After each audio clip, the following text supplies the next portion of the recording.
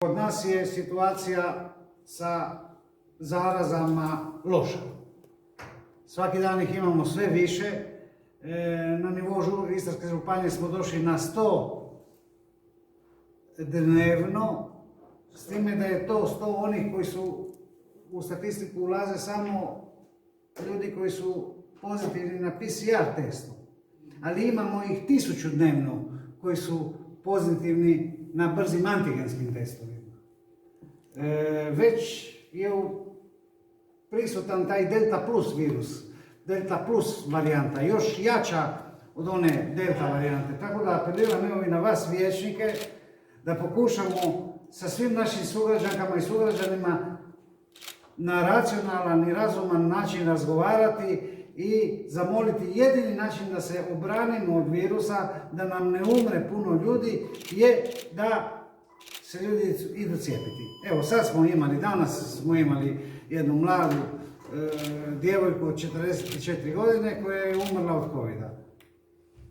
U obitelji gdje su mama i tata bili cijepljeni i ona nije.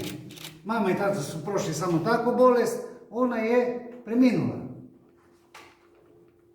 I svakog dana će biti sve gore, gore i gore.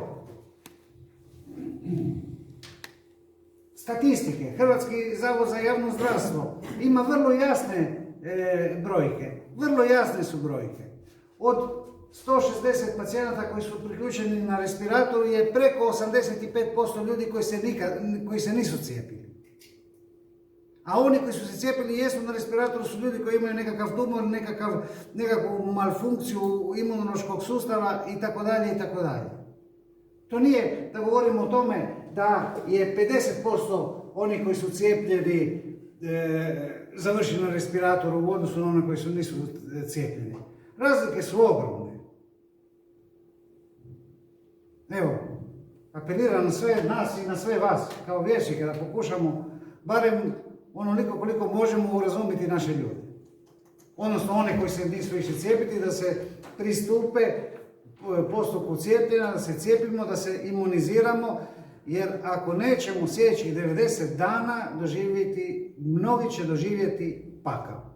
Evo, toliko.